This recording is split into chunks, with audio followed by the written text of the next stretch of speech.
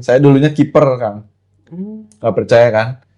Waktu dulu saya nggak pakai kacamata dan dulu bahkan saya dibehel dulu. Gigi berantakan banget. Sebelum saya dibehel, saya kiper andalan pokoknya. Ada legend Persib namanya Bapak Ajat Sudrajat. Beliau mau mendirikan sekolah sepak bola. Saya menjadi kiper andalannya dan mimpi itu menjadi sirna setelah saya di kacamata divonis bahwa ini sudah makin buram. Udah nggak bisa ditolong lagi, ya udah karena turunan saya harus pakai kacamata dan kiper.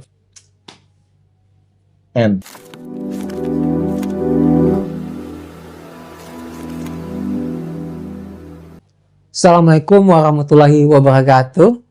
Hai guys, jumpa dengan saya Zaki Abbas dan Kang Mansur Angklung. Waduh, Wow, nuhun Kang udah diundang ke sini. aman. Ini legend Angklung juga nih Waduh. guys. Masih muda lagi. Waduh. Kang, apa kabar? Alhamdulillah baik-baik Kang. Alhamdulillah sekarang umur 20 tahun. Wah, Enggak bercanda. masih muda banget. Wah, sama 30. saya juga 17 tahun. Wah, tambah berapa tuh? Tambah banyak gitu. Tambah banyak. Kang, Gimana Kang? Siap. asli Bandung. Asli lahir dan besar di Bandung. Cuman darah yang mengalir di dalam tubuh ini sebenarnya darah Jawa dari Darah orang Jawa. tua, betul. Terus nama asli emang Mansur Angklung. Nama asli memang Mansur, tidak lain tidak bukan Mansur Praditya. Gitu. Kenapa nggak pakai Praditya aja? Nama bekennya. Nama asli di KTP ya Praditya, tapi kalau nama panggung itu supaya brandingnya yaitu karena saya main angklung dan memang nama Mansur yang cukup terkenal di Indonesia itu masih terhitung oleh jari ya. Mungkin. Ya, Contohnya ada Ustadz Yusuf Mansur, ya. Mansur S, Penyanyi dangdut. Irfan Mansur. Saya ngisi slot satu lagi nih, Mansur Angklung. Hey. Pas sekawan jadi. Keren ya. Gitu. Hokinya bagus semua tuh ya. Betul. Amin. Dan terkenal lagi. Amin. Gitu kan. Tambah sukses Kang. Amin. Kang, Siap. asal mulanya nih main angklung itu prosesnya seperti apa? Pertama kali mengenal angklung sebagai istri kedua sih. Nah, Istri kedua. si ketama udah punya. Udah punya. Karena ini jadi istri kedua, sering dibawa kemana-mana, sering saya goyangkan juga. Selain istri pertama ya. Selain istri pertama, dimainkan angklung ini jatuh cinta waktu saya kuliah. Kuliah di salah satu universitas di Bandung. Namanya Institut Seni Budaya Indonesia, ISBI Bandung. Saya masuk ke situ 2012, tapi sebelumnya saya belajar musik juga di SMKN 10 Bandung.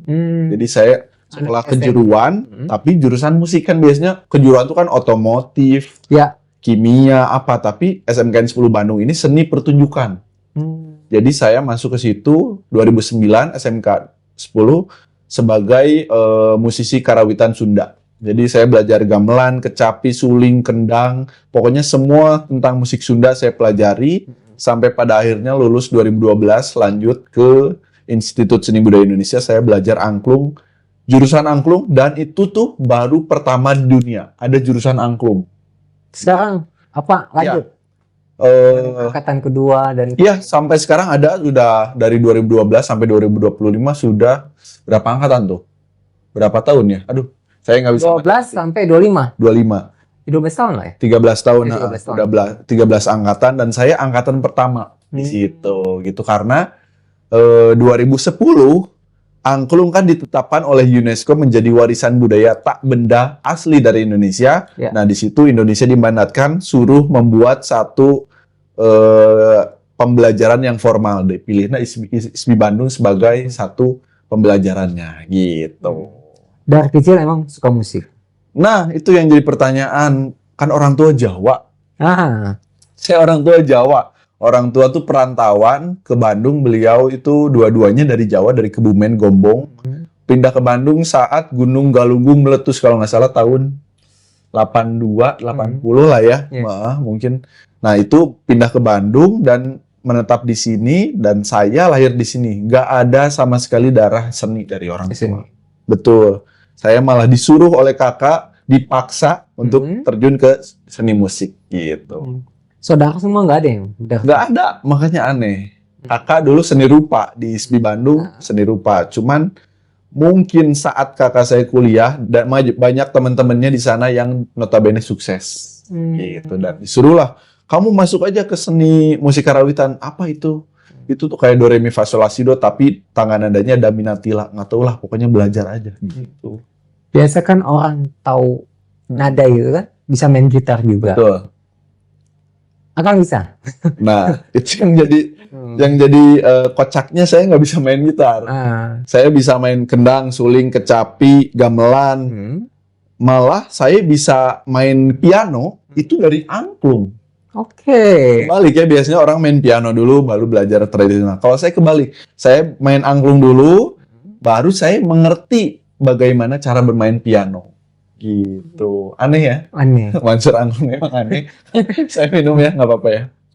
Cara mengenal nada itu di angklung seperti apa sih, Kang? Nada di angklung, sebenarnya ini cuman media sih, Kang. Ya. Jadi nada yang dipakai karena, nah ini belajar sejarah dulu sedikit ya. Nah, Angklung ini, boleh? Ini 2 SKS nggak apa-apa? boleh. Ada SKS juga nggak apa-apa.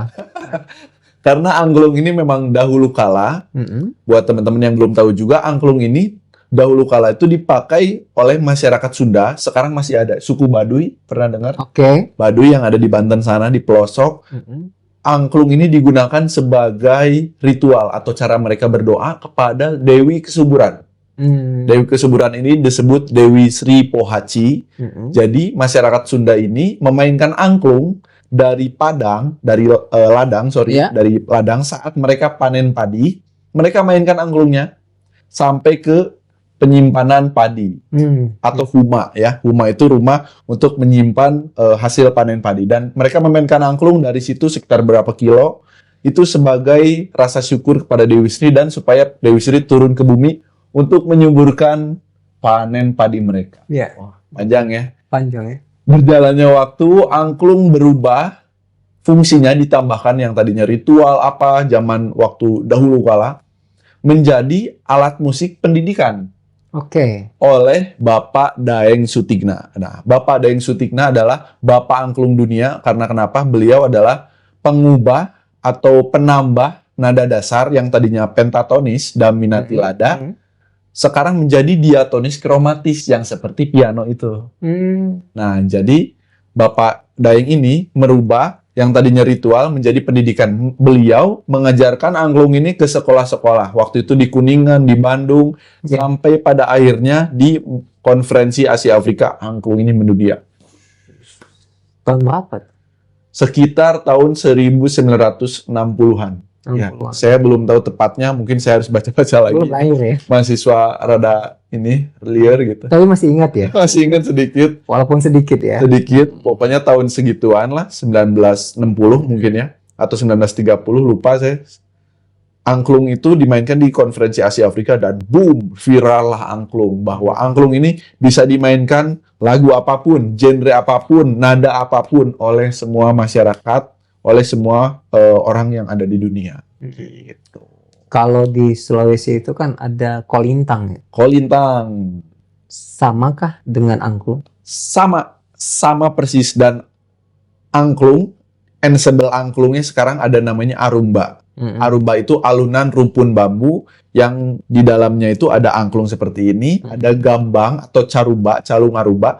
Nah, carumba itu seperti kolintang. Dia dipukul menggunakan stick, cuman dari bambu. Betul. Kolintang dari kayu. Kalau ini dari bambu. Kita juga punya. Dan itu menjadi satu ensemble angklung arumba, alunan rumpun bambu. Alat musik yang dari bambu itu angklung, arumba. Kalung juga ada, kolintang dari kayu, dan kolintang kan baru tahun kemarin 2024 menjadi warisan budaya tak benda asli dari Indonesia juga. Tepuk tangan buat Indonesia. Alhamdulillah. Alhamdulillah. Batik juga, terus kemarin Reog Ponorogo sudah menjadi paten, nggak akan ada yang klaim lagi. Gitu kan. Kenapa milih angklung? Kenapa milih angklung? Ya itu tadi, terpaksa. Karena oleh kakak disuruh masuk seni, otomatis saya sebenarnya nggak ada pilihan. Dan dulunya Mansur Angklung ini sebenarnya bukan mau jadi pemain musik. Saya dulunya kiper, Kang. Nggak percaya kan? Dulu saya nggak pakai kacamata dan dulu bahkan saya dibehel dulu. Gigi berantakan banget. Sebelum saya dibehel, saya kiper andalan pokoknya. Ada legend Persib namanya Bapak Ajat Sudrajat. Beliau mendirikan sekolah sepak bola. Saya menjadi kiper andalannya dan mimpi itu menjadi sirna setelah saya di kacamata divonis bahwa ini sudah makin buram. Udah nggak bisa ditolong lagi, ya udah karena turunan saya harus pakai kacamata dan kiper. Gitu. Karena yang dilihat bukan bola ya? Bukan bola. Apa dong? Nggak tahu itu. Tidak tahu, nggak kelihatan. Bahkan 1 meter pun nggak tahu itu muka siapa. Saking tebelnya nih silindris. Biasa kan karena rajin baca atau nonton TV atau gimana tuh?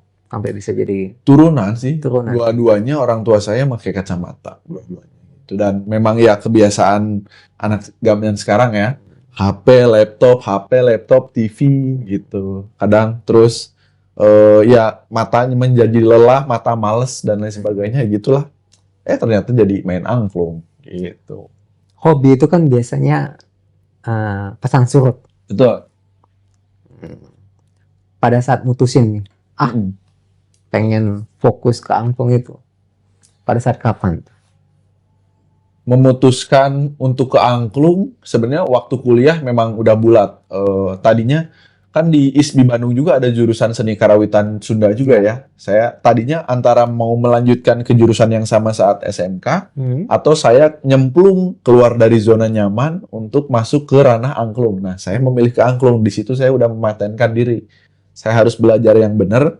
Saya harus dapat ilmu sebanyak-banyaknya. Saya harus menjadi pembeda dari pemain angklung yang lain gitu. Nah, disitulah menjadi trigger buat saya bahwa motivasi juga Mansur Angklung harus ada menjadi salah satu anak muda yang melestarikan budaya Indonesia khususnya angklung di 2012. 2012. Wah, cukup lama juga Cukup ya. lama.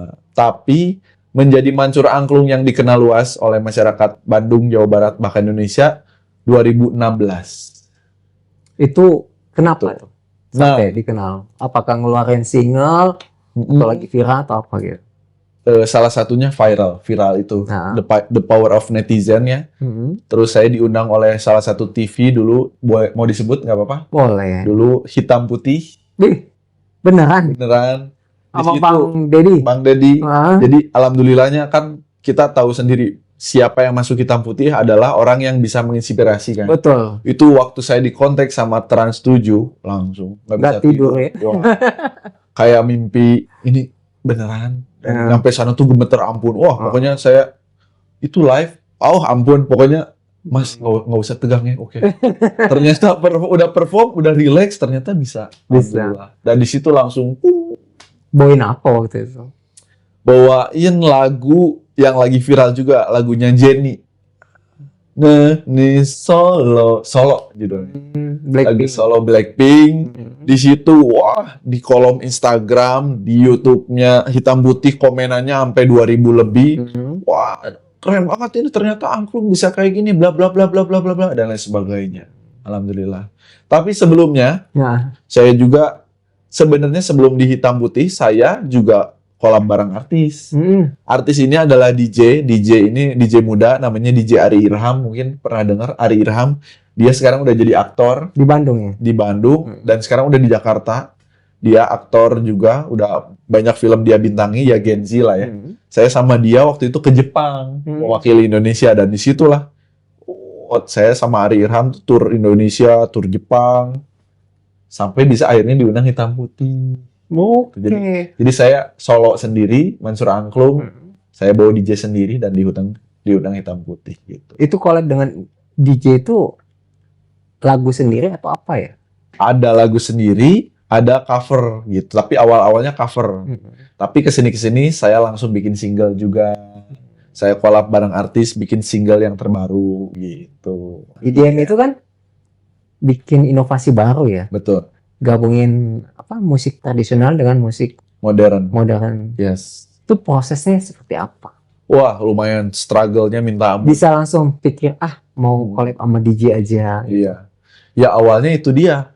Yang punya ide awal sebenarnya Dinas Pariwisata dan Kebudayaan Kota Bandung. Saya dipanggil oleh Disbudpar Kota Bandung untuk tampil di Jepang dengan DJ Ari Irham. Oh, diduetin langsung. Diduetin. Saya awalnya nggak tahu sama sekali musik DJ seperti apa dan sebagainya. Ternyata pas latihan, langsung kayak gini ternyata keren juga ya. Musik elektronik yang notabene keras dengan musik angklung yang notabene itu soft gitu ya. Ternyata bisa ngeblend. Dan ternyata waktu kita perform di Jepang, itu tuh ada 70 negara yang mewakili, dan Indonesia menjadi salah satu penampil yang paling pecah saat itu. Kita waktu itu tampil di pusat kota Osaka, wah itu orang semua ngumpul di tengah menikmati musik kita. Ada jaipongan, ada DJ, ada suling, ada kendang, keren banget di situ. Kalau musik kayak gini kan harus banyak ide ya, inovasi. Betul. Pengen gabung dengan ini dan sebagainya. Biasa kan mood itu kadang ada kadang enggak ya. Tuh gimana tuh bisa dapat ide? Aduh, kalau dijelasin memang struggle-nya minta ampun dapat ide itu karena alhamdulillah saya bisa dibilang Mansur Angklung ini adalah pelopor antara kolaborasi musik elektronik dan angklung. Saya menjadi pelopornya gitu dengan Ari Irham saat itu. Memang struggle-nya minta ampun, banyak komen negatif lah, di situ kita ngedown, kita nggak berkreasi lagi, kita nggak cover lagu lagi, dan tapi ada dorongan juga dari para fansnya Ari Irham karena base-nya dia udah kuat banget, kita didorong untuk berkreasi dan alhamdulillah ternyata musik yang kita suguhkan itu memberi warna baru buat Gen Z. Betul. Dan ya intinya musik angklung ini bisa dimainkan kapanpun, siapapun dan dimanapun. Makanya tagline saya adalah bring angklung to the next level. Bawa angklung ke level yang lebih tinggi. Notabene anak muda yang tadinya sebelah mata mandang angklung, apaan sih musik tradisional, tapi sekarang adanya Mansur Angklung bisa memberi warna. Oh ternyata angklung bisa sekeren ini. Wah, mereka langsung applause sambil berdiri, dan di situ saya terharu. Disitulah saya mulai memikirkan bagaimana angklung ini bisa berkembang dan bisa menjadi inspirasi buat masyarakat Indonesia. Betul. Gitu. Angklung kan identik dengan kesenian Sunda ya. Betul, melekat banget. Tapi pada saat digabung dengan gamelan Jawa, musiknya agak gimana gitu. Iya, karena kolaborasi cross culture antara Jawa yang notabene sama angklung. Saya pernah dengan kolintang, pernah dengan musik Batak, pernah dengan musik di Papua, pernah musik di Lampung, pernah. Jadi ternyata memang angklung ini fleksibel gitu, karena nadanya sudah di atas tadi gitu. Tapi nggak ketinggalan zaman ya. Nggak kelihatan. Ada kan yang Weird Genius ya. Weird Genius, betul. Itu idola saya, betul. Siapa tahu nanti buminya kayak gitu. Amin. Amin. Itu memang idola saya. Memang mimpi saya sampai saat ini kolaborasi satu panggung atau bahkan diajakin buat bikin lagu bareng Weird Genius. Amin. Tapi sebelumnya memang sudah pernah dengan Mas Eka Gustiwana juga, idola saya. Terima kasih Mas Eka. Saya udah 2 kali atau 3 kali diajak proyekan juga dengan beliau. Dengan idola saya satu lagi juga, Alfie Rev, Wonderland Indonesia. Beliau pencetus kolaborasi EDM dan musik tradisional yang dipadu-padankan dengan visual yang keren kan, Alfie Rev. Keren banget, dan alhamdulillah kita udah 4 kali mungkin saya perform bareng beliau. Gitu, dan legend hip hop juga Saikoji. Alhamdulillah, Bang Igor. Dipanggilnya Bang Igor. Atta Halilintar. Siap. Dulu kita mewakili Indonesia dari 180 negara untuk YouTube Fanfest 2020. Jadi ada 180. Jadi ada 180 negara, kita disiarkan setelah 180 negara, dan Atta Halilintar itu mewakili satu-satunya dari Indonesia. Bukan satu-satunya, maksudnya yang paling di atas. Paling diunggulkan. Tahun apa tuh? 2020. Saat COVID, dan kita syuting di satu studio gitu. Kita buat satu konsep, ada sekitar 6 lagu. Dia konsep seperti sedemikian rupa, dan jadilah performanya luar biasa gitu. Atta Halilintar. Siap. Selama berapa hari itu? 5 hari. 5 hari kita syuting non-stop gitu. Keren banget. Keren. Kang. Siap. Perasaan kayak gimana sih bisa kerja dengan orang-orang hebat? Padahal kan masih muda nih, tapi bisa kerja sama mereka gimana rasanya? Waduh, nggak bisa digambarkan dengan kata-kata. Yang tadinya kita hanya menonton di TV gitu ya, kita hanya di Instagram cuman bisa nge-follow, nge-like, komen, gak dibales. Tapi ternyata dia nelfon langsung, dia nge-DM, bro, kolaborasi yuk. Atau beliau ini banyak banget ternyata anggapan kita soal artis atau apa itu yang sombong, ternyata mereka jauh Baik semua. perkiraannya. Baik semua, kebanyakan alhamdulillah yang saya kenal, mereka down to earth, mereka menghargai musik tradisional, mereka pengen mengangkat, bahkan ada yang mengocek kantong pribadi. Misalkan ini tuh sebenarnya nggak usah ada angklung, tapi mereka mengangkat angklung kayak Bang Igor Saikoji. Acara waktu itu saya kolaborasi acara hip hop terbesar di Indonesia namanya Flaus. Dia pengen ada khas Indonesia, kolab lah sama saya, dan ternyata panggungnya pecah sekali waktu itu. Tahun berapa tuh? Flaus 2023 kalau nggak salah. Collab sih udah biasa ya. Iya. Tapi kalau bikin single sendiri nih. Bikin single. Oke. Alhamdulillah juga dengan idola-idola saya. Kemarin yang terbaru dengan Aldi Taher dan Lila, band Lila. Ya, yang kita tahu kan Bang Aldi Taher itu kan nyeleneh gitu ya dengan terobosan-terobosannya. Tapi saat saya ketemu, saat brainstorming, saat bikin video klip, bisa serius beliau. Serius, dan jeniusnya minta ampun. Oh gitu. Jeniusnya minta ampun. Ternyata konsep di dalam otaknya tuh memang Bang Aldi tuh emang sekeren ini gitu. Dia lihat aku, wah keren nih, bisa lagu ini nggak? Langsung bikin konten, kita berdua ada di Instagram saya, bikin konten, nyanyi lagu, dan dia sangat appreciate. Walaupun kita baru kenal, langsung follow, langsung kolaborasi, postingan gitu ya. Collab ya. Untuk menaikkan si angklung ini. Itu keren banget, saya salut banget gitu. Dan itu salah satu karya saya. Dan ada juga Bang Vicky Mono. Vicky Mono ini adalah vokalis Dead Squad. Metal, dulu saya kolaborasi antara metal, lagu metal, dan juga lagu EDM. Dan juga ada suling Sundanya juga, ada angklungnya juga. Dan masih banyak lagi single kolaborasi saya, bisa dicek di platform digital kan. Gitu. Di zaman sekarang itu untuk terkenal lah ya. Betul. Harus banyak collab kayaknya. Betul. Kalau berdiri sendiri mungkin susah ya. Karena menjangkau banyak segmen itu sangat susah. Karena misalkan saya hanya di kolamnya angklung, nggak bisa keluar, itu sangat susah. Zona nyaman doang nggak bisa.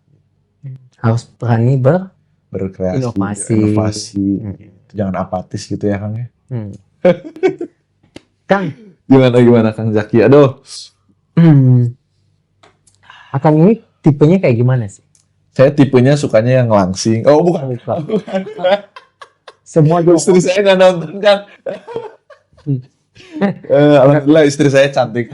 Gak bisa pulang nanti dia. Alhamdulillah istri saya cantik. Makasih sayang. Gitu. Maksudnya ada kan biasanya orang yang introvert, extrovert.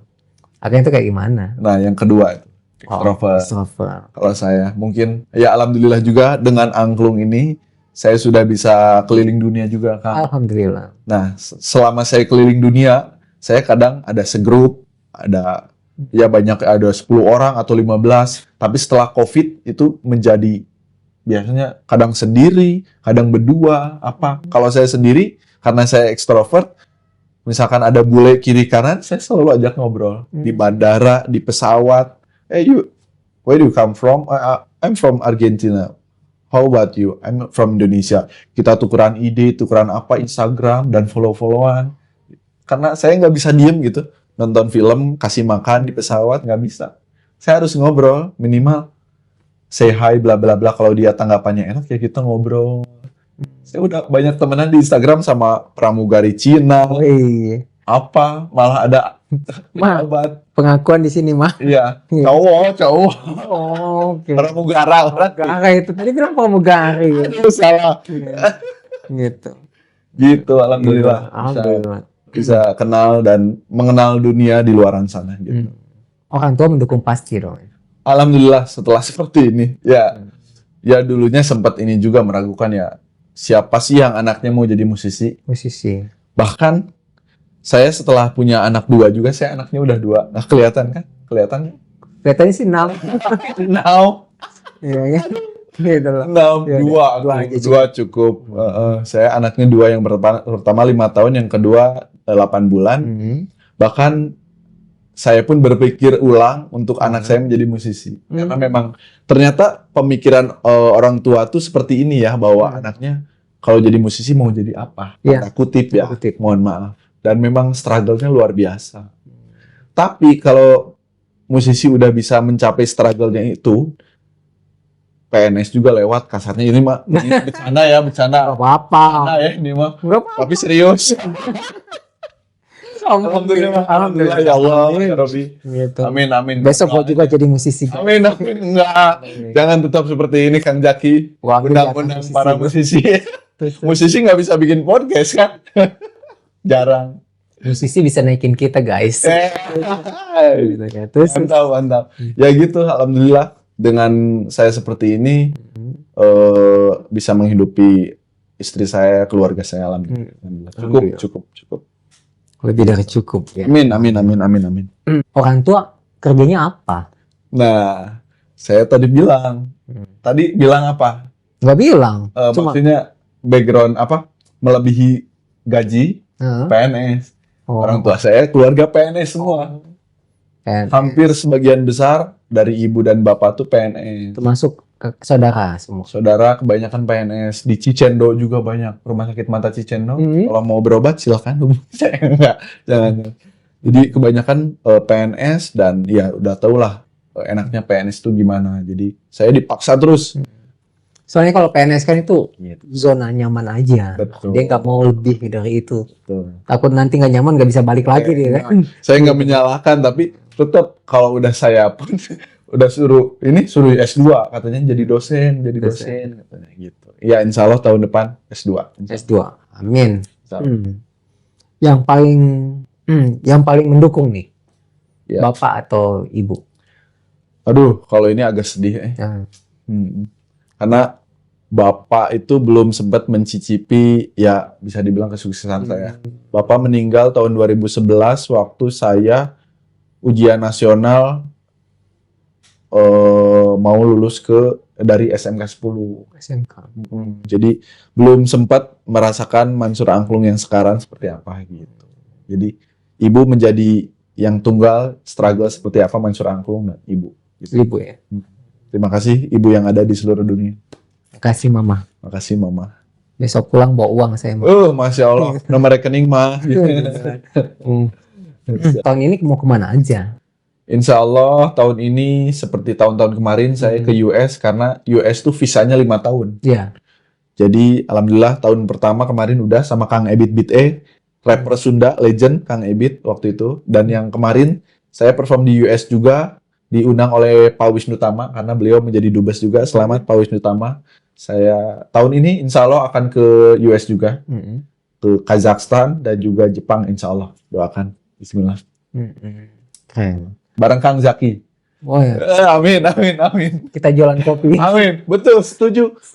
Kopi Indonesia banyak banget. Setiap saya di sana nanyain rokok sama kopi. Where do you come from? Indonesia. Coffee and cigarette, you bring that? No. Serius. Iya, tapi nanti kita ditangkap sama bea cukai. Enggak. Sama imigrasi kan. Jadi setiap saya tampil di luar, saya selalu dapat stand. Kan biasanya saya diundang Kemenlu, KBRI. Saya dapat stand. Di stand itu mau menampilkan angklung, jadi saya jual angklung, jual merchandise, jual batik, nggak apa-apa. Aman ya? Ya, 10% di sini. Pengen tahu nih. Gimana? Ini angklung nih. Oh ya, dari tadi belum dimainin. Belum. Kita belajar. Oke. Pengen tahu nih. Ini angklung, cara mainnya seperti apa? Biasa kan angklung tuh gede-gede itu. Nah, angklung yang asli kan kayak gini. Ini angklung yang asli. Ini angklung yang memang dari dulu seperti ini ya. Angklung Padaeng. Ya, ini diatonis. Ini nada re nomor 2.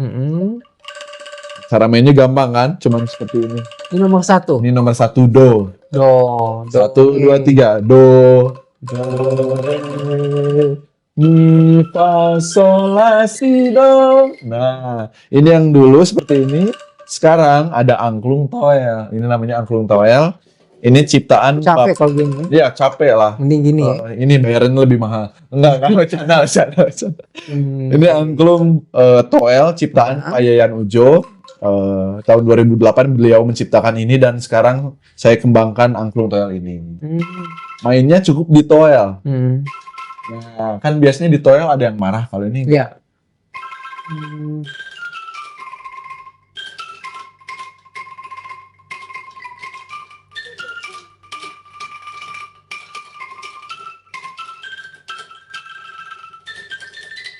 semua. Lagu apa tuh? Susu murni. Iya. Nasional. Apa susu murni Lembang. Lembang betul. KPBS. Pangalengan. Pengalengan. Mau lagu apa lagi? Jangan dangdut aja dikit. Oh, dangdut. Kang. Ini dibikin apa, minimalis ya? Betul. Ini harganya jualan juga nih, Kang. Jualan juga karena saya dengan Pak Yayan juga sudah ada perizinan. Nah, Ini udah dipatenin juga. udah dipatenkan oleh Pak Yayan Ujo. Beliau 2008 pencipta angklung Toel dan sekarang sudah dipatenkan juga bahwa ini adalah ciptaan Pak Yayan ya.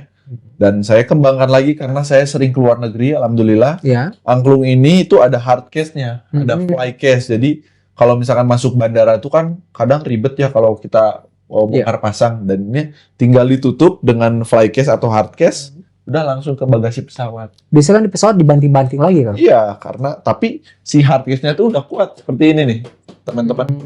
Bawahnya kelihatan nggak? Iya. Seperti ini bawahnya ditutup dan itu sudah sangat aman, aman dari air, debu, semua udara karena sudah safety banget gitu. Dan ada rodanya fleksibel. Ini bisa naik turun juga, kayak koper. Krek. Ketinggiannya tuh Nggak kesentuh sini, nggak rusak. Nggak. Mungkin. karena nanti ininya ditekuk seperti ini. Oh, dilepas. Nah, dilepas, ditekuk seperti ini. Kalau mau main Tinggal dipasang begini. lagi. Set, masuk ke lubang. Set. Ini alat kan susah nih mengkolabnya, Iya. cara ngegabungin dengan musik yang lain nih, kayak electronic Dance music. dance musik. Entah ke depannya mau collab dengan alat musik apa. Waduh, kalau dibilang mau apa, kayaknya saya pengen mengeksplor musik Indonesia dari Sabang sampai Merauke. Saya pengen bikin kompilasi ya. Angklung with suling Batak, angklung with kendang Bali, angklung with tarik kecak, angklung with apa, pengennya seperti itu. Cuman mungkin suatu saat nanti ada sponsor yang bisa mendanai, mungkin kementerian atau apa. Saya bakal bikin video dokumenternya juga, perjalanan saya gimana meriset musik tradisional di Indonesia dan kita jual ke luar. Kita buat film pendek. Sempat saya juga waktu COVID, saya jadi aktor, Kang. Film dokumenter angklung. Keren dong. Serius. Bisa dicek, ada Cakrawala namanya. Dan waktu itu Kemendikbud yang mengarrange-nya. Di situ saya jadi aktor dan jadi pemain angklung. Jadi background saya angklung itu dikupas dan menjadi satu film dokumenter di situ. Gitu. Kang, Gimana? cara belajar angklung itu seperti apa? Gampang banget sebenarnya, Kang, karena angklung ini, angklung yang basic ya, yang basic dulu, karena angklung ini beda-beda nada. Misalkan ini nada re, Akang nada do, terus ada lagi mi, fa, sol, la, si, do. Itu kita tuh kenapa warisan budaya tak benda? Ya. Karena filosofi yang diambil. Angklung itu filosofinya sangat dalam. Angklung ini mengajarkan bagaimana gotong royong, saling menghargai, karena kita berbeda nada, tapi kita punya satu tujuan. Disiplin, tidak saling mencela, tidak saling menjelekkan. Itu.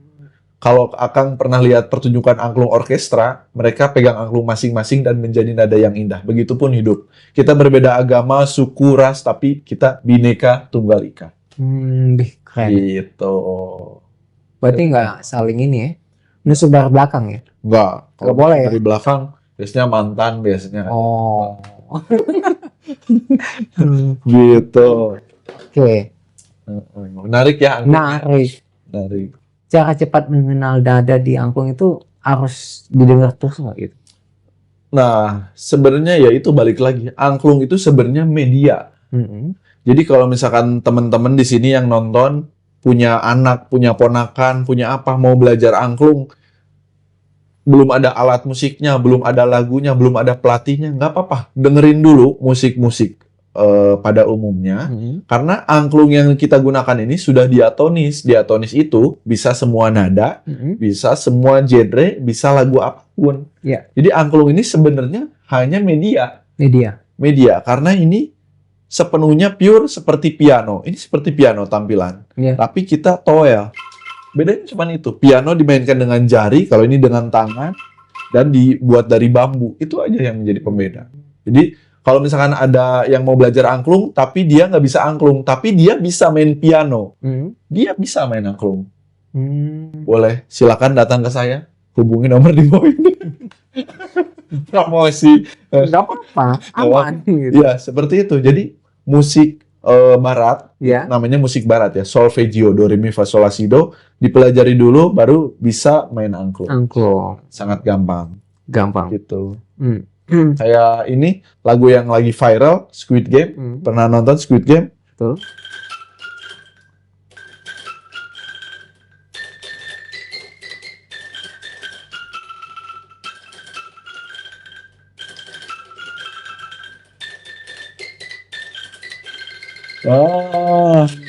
Lagu Squid Game itu.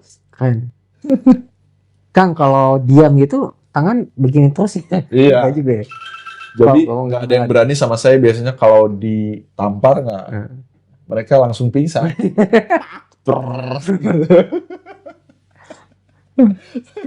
Terus cewek juga suka. Oh gitu. Kang, cuma mau nanya nih. Dalam satu konser atau manggung, bisa berapa lagu? Maksimal ya satu Karena sesi. kalau saya lihat itu udah capek gitu. Betul. Sekarang tuh udah ya 45 menit lah, udah capek sih. 45 menit. Satu sesi ya. Tapi kalau misalkan 1 jam dibagi 2 sesi 30 menit, nanti istirahat on stage lagi di sesi kedua biasanya aman. Soalnya kan jari ya. Jari, betul. Ini staminanya memang kalori yang, ini saya juga konsultasi sempat sama dokter ya. Kalori yang dibuang tuh sangat banyak. Karena saya konstan gitu.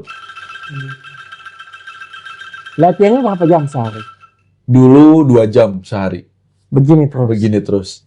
Dan dulu kan angklungnya tuh nggak ini. Saya angklungnya yang digantung. Jadi angklung dulu tuh memang kan ini baru ya. Angklung tuh kan dulunya digantung. Jadi angklungnya tuh banyak, digantung seperti ini, dan mainnya tuh kayak gini. Jadi kayak gini, maaf. Satu-satu ya. Jadi angklungnya tuh do, re, mi, fa, sol, la, si, do, do, re, mi, fa, sol, la, si, do. Tuh lebih pegal nih. Karena melatih ini bicep, apa namanya, asep atau bicep? Bicep. Bicep, bukan asep. Kayak gitu. Itu latihannya 2 jam sehari sampai nada yang dihasilkan tuh enak. Gitu. Nah, pas nyampe ke sini lebih enak, lebih nyaman karena bisa ngadep penonton. Dulu kan gini ya, nyamping. Nyamping, mainnya nyamping, terus kalau mau baca partitur atau not balok tuh susah.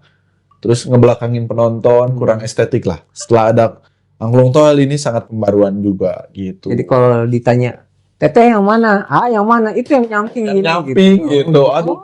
Oh itu. Nyamping. Gitu. Kalau ini kan lebih mudah. Speednya juga dapat.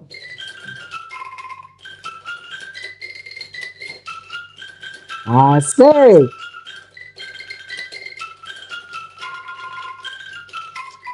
Nah, gitu.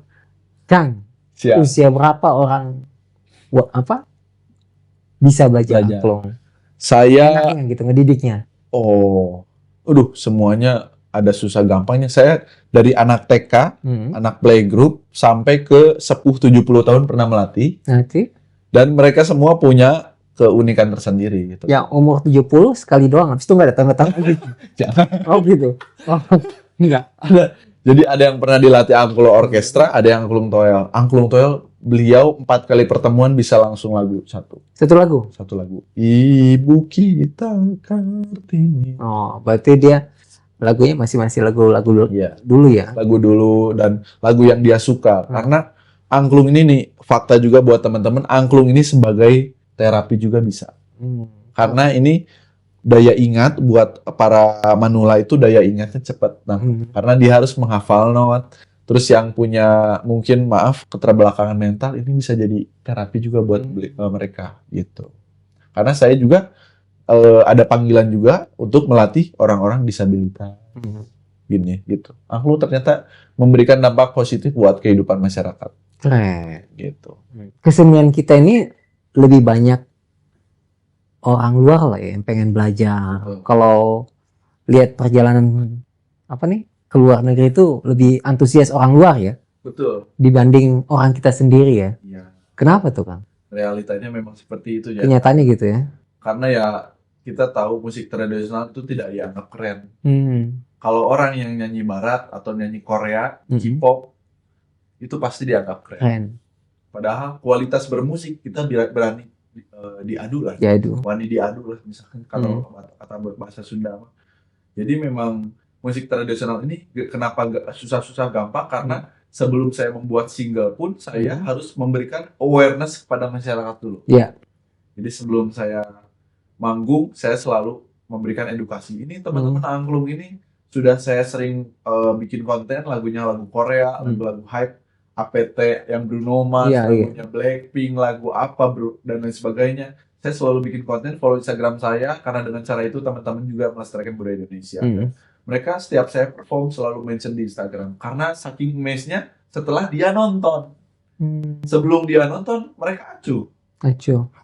Mancur angklung paling gitu-gitu doang. Pas setelah nonton mereka senang, mereka joget bareng, mereka nyanyi bareng dan alhamdulillah pecah gitu. Mungkin pas belum tahu kali suruh turun dari panggung kali. Turun. Mancur angklung namanya jadul banget. Tapi pas sudah naik, ternyata kayak opa Korea. Korea condong. Pada anak soreang ya. Soreang, tapi style seperti ini, tapi mainnya musik elektronik dan angklung. Mereka tuh jadi bangga sendiri. Terus mereka yang pernah main angklung, ternyata bisa kayak gini, mereka sampai amazed gitu. Gitu, alhamdulillah. Kalau pakai baju pang sih nggak dianggap kali. Bisa juga. Sebenarnya bukan soal itu, tapi penempatannya. Kalau saya event resmi formal seperti event pemerintah, saya pakainya baju batik. Tapi tetap dipadu-padankan dengan style modern. Saya kimono longkot, tapi ada batiknya. Stylenya seperti Korea atau pakai ikat kepala atau pakai ada pangsi sudah gitu ya, pakai sarung sudah. Cuman musiknya lebih untuk mengiringi makan malam. Waktu itu saya KTT ASEA. Di mana? Di Bali. Ikut. Wih, keren. G20 ikut. Wih, keren. Liodra waktu itu. Liodra membawakan medley lagu daerah dari Sabang sampai Merauke. Kita duet. Ini Liodra, ini saya. Saya sebagai Andi Rianto-nya. Wih, keren banget, alhamdulillah. Bisa. Jadi ada pengakuan ya. Ada pengakuan memang. Angklung ini sudah mendunia. Kalau collab dengan Saung Ujo sering? Alhamdulillah kita saling sering satu panggung juga karena Saung Angklung Ujo sebagai role model kita ya. Memang beliau salah satu Pak Ujo ya. Pak Ujo ini adalah Bapak pariwisata angklung di dunia. Beliau yang mempromosikan angklung di bidang pariwisata. Terima kasih Pak Ujo. Dan Saung Angklung Ujo menjadi tombak tolak ukur wisata angklung dan bisa ada bagian juga saya sempat sering main ke sana, teman-teman saya banyak di sana juga gitu. Sampai bule ada yang 10 kali bolak-balik ke sana karena saking amazed-nya sama Saung Angklung Ujo ini. Gitu. Sekarang untuk di anak-anak muda gitu ada komunitasnya nggak untuk angklung ini? Ada, banyak banget sebenarnya. Angklung ini buat teman-teman yang mau belajar, mau apa, bisa daftar ke saya atau banyak komunitas di daerah teman-teman. Boleh tanya saya aja, nanti saya kasih referensinya gitu. Misalkan saya di Bandung kan ya, nggak mungkin saya ada di Sulawesi apa. Betul. Nanti saya kasih referensi siapa yang bisa melatih teman-teman dan lain sebagainya, saya ada referensinya gitu. Kalau bisa, saya ada ini kan namanya Indo Angklunggram. Nah, Indo Angklunggram ini adalah perusahaan angklung yang saya gawangi. Di situ ada ya komunitas, ada media partner, ada coaching klinik, ada penjualan alat musik juga, ada pelatihnya juga dan lain sebagainya. Ini di mana? Ini di rumah saya sebenarnya kantornya. Saya merangkap juga menjadi admin. Kalau pabriknya di mana? Pabriknya sebenarnya saya mensejahterakan para pengrajin angklung. Oh, masih manual bikin. Masih manual, handmade semua dari rumahan. Jadi kalau ada order baru kita bikin. Kemarin angklung toel ini saya sudah kirim ke Uzbekistan dua set, Kazakhstan nanti saya akan bawa juga, Portugal, Denmark, Dubai, orang Thailand juga pernah, Malaysia udah 14 kali kayaknya. Saya bolak-balik ke sana untuk melatih dan juga beli angklung. Jadi kalau setiap manggung itu lihat alat gini, ada yang tertarik langsung beli ya? Serius. Selama saya keluar negeri, Dubai, Jepang, Taiwan, India, Denmark kemarin 2 kali, US 2 kali, Portugal, selalu saya bawa angklung ini dan pulang tidak bawa. Langsung dibeli di tempat? Langsung. Jadi saya sebelum berangkat selalu memfollow up, silakan ada yang mau minat. Mereka share lah orang KBRI, ini siapa nih angklung Inovasi Mansur nih, angklung toel dari Pak Yayan tapi diinovasikan seperti ini, silakan yang mau beli. Mereka langsung beli. Bahkan kemarin di Denmark saya bawa 1000 angklung ini, 1000 angklung, habis. ada 18 dus, habis semua nggak bersisa. Alhamdulillah. Kalau sebulan nggak manggung, bulan depan kejual alat angklung, aman kehidupan. Alhamdulillah, amin Gitu. Lebih gede dari gaji orang tua ya. Tahu aja. Bapak atau bapak. Dirjen pajak. Aduh, KPR juga saya ditolak. Nggak gitu. Belum tahu dia. Gitu. Pasti ada murid ya yang masih antusias dan hubungan. Orang bule kayak gitu. Ada ya? Banyak banget. Mereka setelah saya perform selalu mendatangi.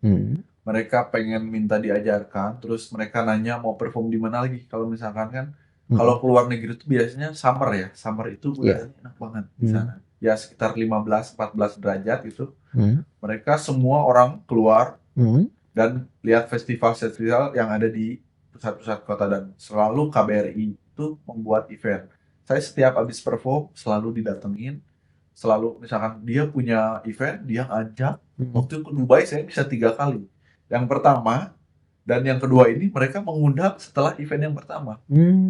Karena saking amazed-nya, oh ternyata musik bisa sama DJ ya, main di klub saya dong. Event saya serius. Gitu. Klub-klub di Dubai apa yang nge-DM. Karena memang Dubai itu salah satu kota yang sangat terbuka dengan ekspresi musik seperti ini. Betul. Mereka sangat terbuka. Oh ini keren. Pernah nggak ngamen di luar gitu? Di luar jadwal nih. Pengen tampil. Yuk kita iseng-iseng bikin konten yuk di pinggir jalan gitu. Pengen. Kalau konten udah sering, video klip atau konten udah di White House waktu itu kita nge-rap sambil main angklung, nanti ada kontennya Kang Edit. Terus di Capitol Hill, saya waktu itu perform di Capitol Hill, gedung satenya US, perform, diundang oleh Pak Wisnu Tama dan saya bikin konten juga.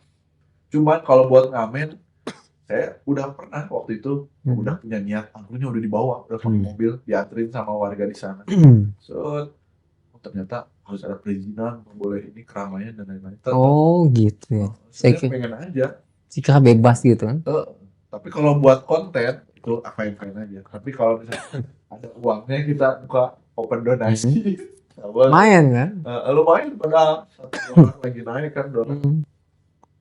Pasti banyak hal unik lah ya selama manggung-manggung di luar negeri gitu, diundang katanya. Apa sih hal uniknya? Hal unik yang paling unik tuh mulai dari kebiasaan di luar ya. Ini kebiasaannya dulu. Kalau di luar negeri tuh parkir mobil tuh rodanya selalu bengkok. Jadi misalkan parkir nih gak dilurusin, rodanya bengkok. Nah itu kebiasaan di luar. Terus budaya tip juga, kalau kita belanja nggak ngasih tip tuh mereka langsung judes gitu. Ngambek gitu. Biasanya gitu, ngasih tip berapa sen dan sebagainya. Kalau buat perform memang paling itu di US. Itu salah satu negara impian, dan alhamdulillah bisa tampil di sana walaupun perjalanan 24 jam kan, ujung ke ujung beda 12 jam. Komunikasi sama istri juga susah. Dia siang, saya malam, dia malam, saya siang gitu. Tapi terobati. Jadi ada salju, I love you istriku. Nah itu biasanya langsung. Oh gitu, langsung dimaafin ya? Langsung dimaafin. Gak salju doang gitu kan? Alhamdulillah. Dubai juga salah satu kota paling aman sekarang. Dubai, Abu Dhabi. Saya perform di sana. Ya itu dia, banyak yang nyamperin, bahkan banyak yang minta foto, berasa artis aja. Berasa artis, dan mereka mengundang ke acara-acara mereka. Kamu datang ayo ke acara kami, gini-gini, kita bikin event gitu. Saya waktunya nggak banyak dan lain sebagainya, harus balik ke Indonesia. Lebih diakui di negara orang ya? Ya bisa dibilang gitulah. Tapi alhamdulillah negara kita sekarang sudah mulai melek. Sudah mulai melek dan support untuk kebudayaan Indonesia. Terima kasih. Keren. Kalau perform di luar itu ada saweran nggak sih? Ada, kadang ada saweran. Waktu di Dubai, pernah satu waktu tuh, jadi si kementeriannya di sana, Kementerian Kebudayaan di Dubai, yang undang saya itu, dia tuh mengadakan event tuh di stasiun metro. Metro itu adalah kereta bawah tanah. Nah, mereka punya 14 kereta. Saya tiap hari pindah-pindah venue di sana. Jadi orang-orang yang lalu lalang kereta, kita hibur dengan musik dari ada 8 negara. Jadi ada dari Kuwait, ada dari Jordania, Indonesia, Jepang, dan pokoknya ada Prancis juga, ada dan sebagainya, ada 8 negara. Kita perform di situ dan menampilkan kebudayaan kita masing-masing. Indonesia paling ramai. Karena ya itu, saya mainnya nggak bisa diem. Terus mereka mungkin penat ya, karena orang Jakarta kan naik MRT dan lain sebagainya, udah carut marut gitulah pikiran mereka. Setelah ada musik, mereka joget bareng. Pada ketinggalan kereta itu hal unik. Itu pada ketinggalan. Udah, ada pengumuman lari, udah beres, kita baru lari, mereka nyari kereta, perform, balik lagi, beli tiket lagi mereka. Saking senengnya, alhamdulillah di Dubai. Orang luar itu kan banyak senang orang Indonesia ya. Betul. Saking ramahnya. Saking ramah. Banyak dikejar cewek juga dong ya. Itu mah di belakang. Maafnya. Dia nggak mau bongkar. Iya pasti ada lah 1-2, cuman saya jelasin saya sudah menikah, ada 1-2 lah. Ya yang nakal-nakal. Nggak bercanda gitu. Alat kan pasti ada masanya nih, bisa rusak atau apa. Kalau lagi manggung di luar, tahu-tahu alatnya ada yang rusak, gitu, gantinya pakai apa solusinya? Untuk luar negeri memang treatmentnya itu beda sendiri kan. Luar negeri kan biasanya 4 musim ya. Ada musim gugur, salju, musim kemarau, musim panas. Jadi memang saya treatmentnya pun lebih diekstrakan. Jadi misalkan ini angklung mau kirim saya tahun depan, bosnya sudah booking juga. Mereka 2 set. Nah saya treatmentnya lebih khusus. Jadi angklungnya diasap, angklung ini direndam minyak tanah, angklung ini dikeringkan dengan cara diangin-angin selama 12 jam. Karena supaya angklung ini menjadi kering. Karena kenapa angklung bisa bubuk? Karena ada bubuknya ya. Betul. Itu karena rayap. Rayap itu suka glukosa yang ada di dalam bambu. Glukosa ini cara menghilangkannya gimana? Yaitu minyak tanah, diasap dan lain sebagainya. Jadi mereka jadi kering, tidak ada rayap, dan kualitas suara yang dihasilkan tidak berubah. Tapi semaksimalnya kita tetap aja. Waktu saya perform di Jepang, mau perform, angklungnya falas. Solusinya apa? Waktu itu dingin ya, pakai hair dryer. Hair dryer kita udah rambut, hair dryer dan heater kan, di sana banyak heater juga. Jadi dicek dulu ya sebelum perform. Kan ada namanya tuner itu do re mi. Cek dulu. Tahu udah sama G. Tahu udah sama aman. Waktu di Amerika pun sama. Lagi musim salju, waktu itu di Summersmouth atau di New Hampshire, saya perform pakai heater 2 di sini. Gitu. Sambil nyala heater. Sambil nyala heaternya. Pemanas tuh. Toto kebakar. Apa? Tidak, kayu bakar. Enggak. Gitu. Memang treatmentnya memang kadang cuaca ekstrim susah ditebak. Harus tahu ya. Harus tahu. Dan biasanya angklung yang sudah lama, memang bambu itu adalah material masa depan. Ini yang belum tahu. Angklung itu, bambu itu bisa jadi pengganti kayu. Ya. Karena dulu komunitas saya, komunitas Indonesian Bamboo Community, dulu mereka produksi gitar bambu, bass bambu, drum bambu, biola bambu. Kenapa? Karena memang kayu kan makin susah. Bambu itu sehari tumbuh 5 cm. Bayangkan. Ini bisa menjadi material masa depan. Betul. Sama juga dengan itu kan? Nasi bakar yang dalam bambu. Betul, nasi bakar. Dan ada bambu yang bisa dimakan, apa namanya? Rebung. Betul, rebung. Baju ada yang bikin dari bambu, serat bambu. Pernah denger nggak? Itu antibakteri. Kaos kaki dari bambu. Itu antibakteri. Skincare ada dari bambu juga ya? Serius, wah itu berdarah nanti. Hinis. Gitu. Unik ya bambu ya. Unik bambu. Jadi guys, kemana-mana harus bawa bambu. Gitu loh. Karena kita dari lahir, zaman dulu dari lahir sampai meninggal itu pakai bambu. Mau sampai kapan fokus ke dunia angklung ini? Kalau ditanya sampai kapan ya sampai bosan sih. Tapi kan harus memperhitungkan juga karena umur juga kan. Saya makin tua ya. Sekarang tahun ini 31 tahun. Oh, saya kira 25. Alhamdulillah. Awet muda. Terus? Dan harus memikirkan juga kan jangka panjang. Saya nggak mungkin perform di atas panggung. Saya harus mungkin ada lini bisnis yang saya kelola. Tapi untuk saat ini sampai mungkin umur 40 baru saya akan meninggalkan dunia musik mungkin ya. Jadi di belakang panggung melatih atau apa gitu. Indo Angklunggram yang saya dirikan itu tujuannya memang itu. Saya sekarang punya murid juga, ada 3 orang yang selalu saya bawa menjadi kru. Ada pemain angklung, pemain bass, pemain kendang. Dia dulunya saya latih dan menjadi kru yang sekarang saya ikut, namanya ada Surya, Okta, dan juga Fardan. Itu saya latih supaya menjadi Mansur Angklung ke depannya gitu. Saya akan kelola, manage dia menjadi satu konsep artis. Siapa namanya? Surya, ada Okta, ada Fardan juga. Jadi bukan Mansur Angklung lagi. Bukan. Jadi Surya Angklung. Surya Angklung, atau dia menjadi satu grup misalkan dan sebagainya. Dia selalu ikut. Kalau misalkan ini nih, saya tuh kemarin nanya ke Kang Revo, kalau ada perform saya mau bawa kru. Nah, kru itu ya harusnya tadi kita perform sini. Saya bawa DJ Angklung. Nantilah next. Besok ya. Besok.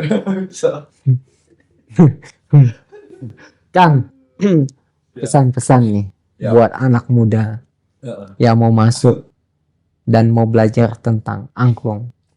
Oke. Atau mau bermusik di dunia musik tradisional.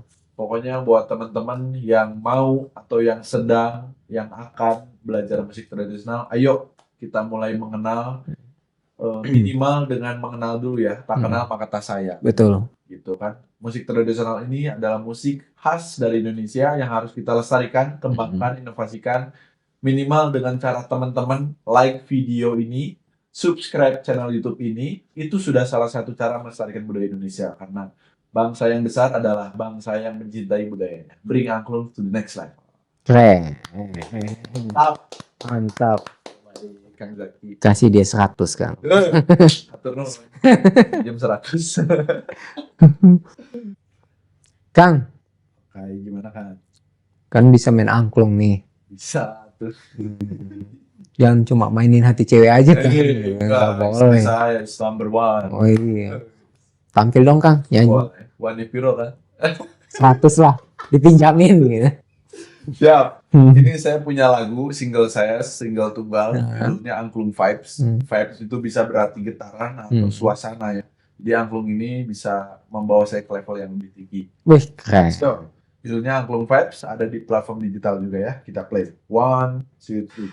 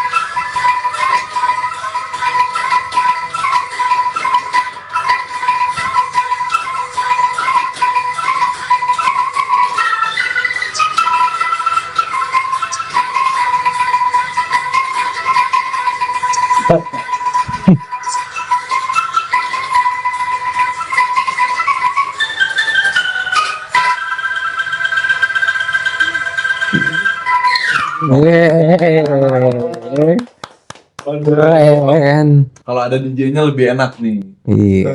Nanti. Apa cheers lagi sekalian. Kang, satu lagi dong. Waduh, ini tangan udah ini nih kan. Diobatin pakai yang warna merah. Tambah 100 ya. Siap lah. Ini lagu kedua boleh. Lagu ini diciptakan oleh Alfiref waktu saya bikin konten untuk salah satu brand rokok. Kita perform di situ, judulnya Angklung EDM. Langsung play nih. Play. 3, 2, 1, let's go.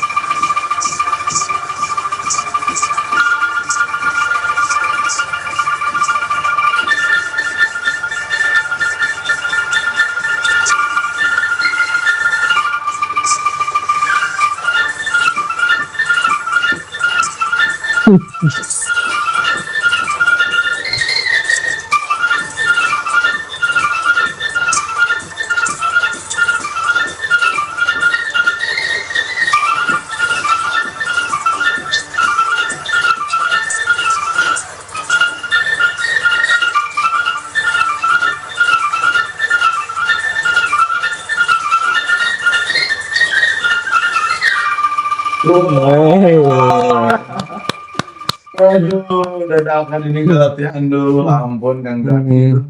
Kang, kalau itu keselip tangan gimana? Nadanya berubah dong. Iya, nggak apa-apa. Kalau dia salah tuh, kadang biasanya ketawa sendiri itu. Kayak saya ketawa itu biasanya salah. Oh gitu. Normal, manusiawi. Sama gitaris drama kalau salah kan. Kalau saya misalkan keselip atau kepalitek apa gitu, biasanya ketawa. Kan itu kan mainnya kencang gitu. Tuh. Gitu kan, improv. Saya aja liatnya pusing gitu loh. Kan? Saya juga pusing. Gitu loh. Ternyata angklungnya keren ya. Keren. dong. Angklung ini bahkan udah jadi alat musik modern. Betul. Ya. Gitu. Kan dulu piano, musik jazz juga dia musik tradisional dari daerah sendiri. Sekarang udah jadi apa ya? Musik yang keren kan. Keren. Kalau udah lu bisa main jazz, wah lu keren. Keren. Kan lu bisa main angklung, wah keren banget. Kayak gitu. Sekarang itu genre itu kita tahu siapa yang akan booming. Tahun ini mungkin jazz, tahun depan nggak mungkin. Betul. Dan sebagainya kan. Dulu 2012, 2013 saya suka banget reggae ska karena waktu lu naik. Saya kolaborasi antara musik reggae dan ska pakai angklung dulu. Dan sekarang musik EDM tuh musik elektronik yang lagi grows up. Sekarang konstan gitu kan, dinamis. Terus lagu yang viral juga ada Garam Madu itu kan hip hop dangdut katanya. Hipdut. Harus collab sama Bang Dul Sumbang. Amin. Pengen pisah sama Kang Dul Sumbang. Lamun lain teteh awe. Si tetehnya. Sama Teh Sarah juga waktu Asep Balut tuh. Kemana si teteh? Gitu. Tadi atur. Kang. Yo. Makasih sudah bisa hadir di sini. Sama-sama. Terima kasih kan. Dan mau berbagi ilmu lah. Ternyata kesenian tradisional itu, apalagi kesenian Sunda itu ya keren juga ya. Saya kira angklung itu cuma bunyinya biasa aja, ternyata luar biasa gitu. Tepuk tangan dulu. Angklung Indonesia. Semoga makin jaya. Amin. Guys, usai sudah bincang-bincang kita dengan Kang Mansur Angklung, semoga banyak manfaat dari perbincangan kita. Dan see you di next episode guys. Bye. Wassalam. Makasih Kang. Sehat dan sukses selalu. Amin. Kita keluar negeri banget. Amin. Let's go. Ini cari sponsor dia, kita sponsor. Amin. Gitu.